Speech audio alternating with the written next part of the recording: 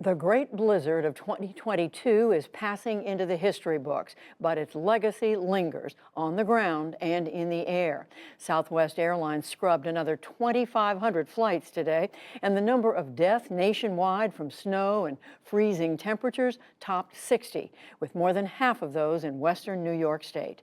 John Yang begins our coverage. Across Buffalo, mounds of plowed snow are rising. And after days of frigid cold, so are temperatures and the potential for more problems.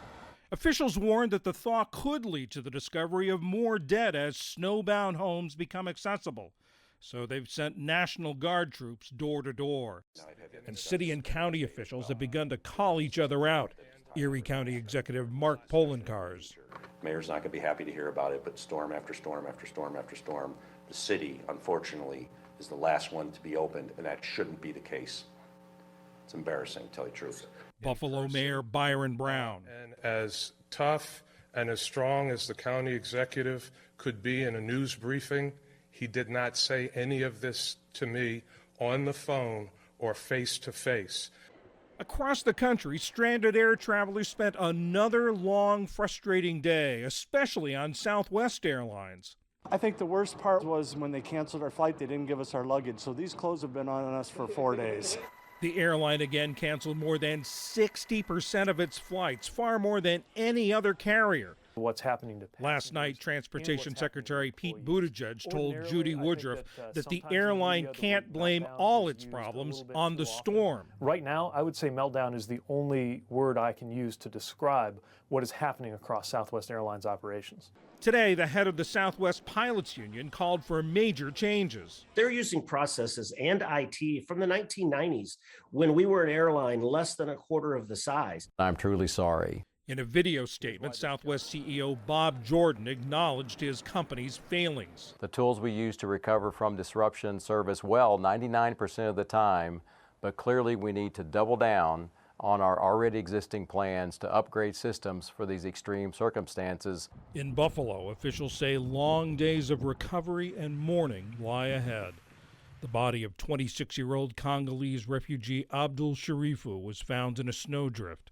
He'd been dubbed 911 for his willingness to help those in need.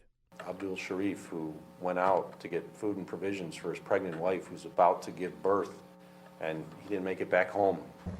And even as the thaw sets in, thousands of people still need help getting food, medicine, and transportation.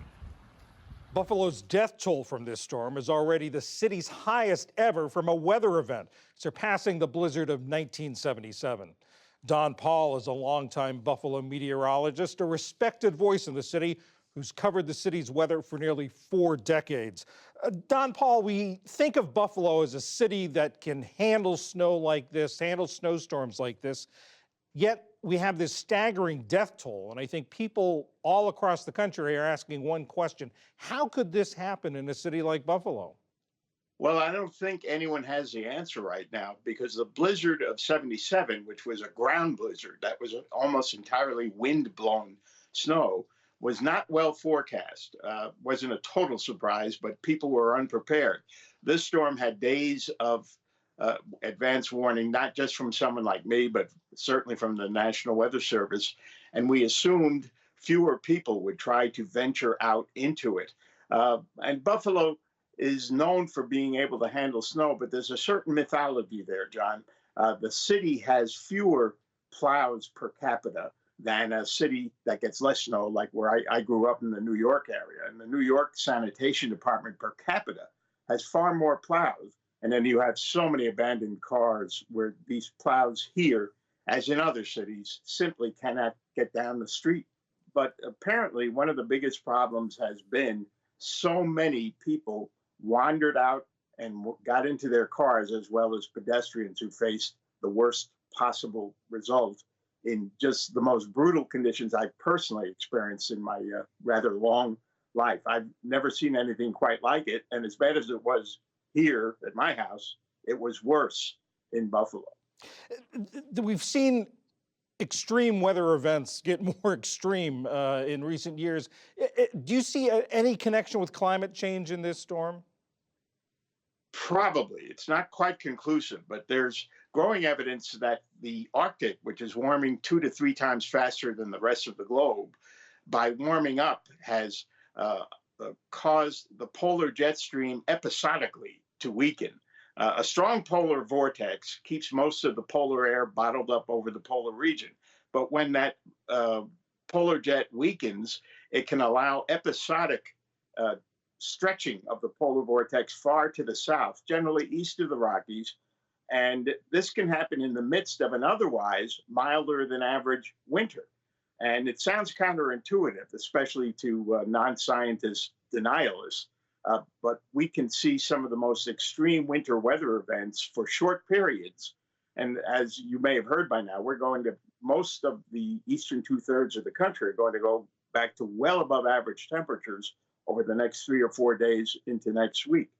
And a lot of the snow will melt, but it's not going to erase the tragedy. Given that, I mean, so has been described as a once-in-a-generation storm, but given what you just said, could we be seeing these more frequently? We could. There's some disagreement. There's not total agreement in the scientific community between physicists and climate scientists and meteorologists. But some researchers, such as Dr. Judah Cohen in the Boston area, has done some really in-depth research. And he believes these episodes not only will be happening more often, but they already have been happening more often than prior to the accelerated warming. So we're seeing these winter events, but we've also seen some tropical events that appear to be related to the change in the jet stream. And that appears to be, but again, not conclusively tied to Arctic warming. In my estimation, we are seeing these episodes more often. But I'm not a researcher, so I stand on their shoulders when I say that. You told our producer, Mike Fritz, earlier today that you were concerned about what this storm would mean for Buffalo moving forward. What did you mean by that? I'm afraid that this disaster, besides the horrific human toll, is going to take a toll on Buffalo's image and a place for potential industries to come here and locate, when in fact, Buffalo does not suffer risk of mega droughts, wildfires, massive flooding, and the other events that are definitely tied to a warming climate. We have more refuge in and of course, our water supply is virtually inexhaustible from Lake Erie and the other Great Lakes. We are a climate impact refuge, but this setback, in addition to the tragedy, I'm afraid is going to hurt Buffalo's economic well-being. It's not going to be quickly forgotten. Buffalo meteorologist Don Paul, thank you very much. Our thoughts are with everybody up there in the Buffalo region. Thank you, John.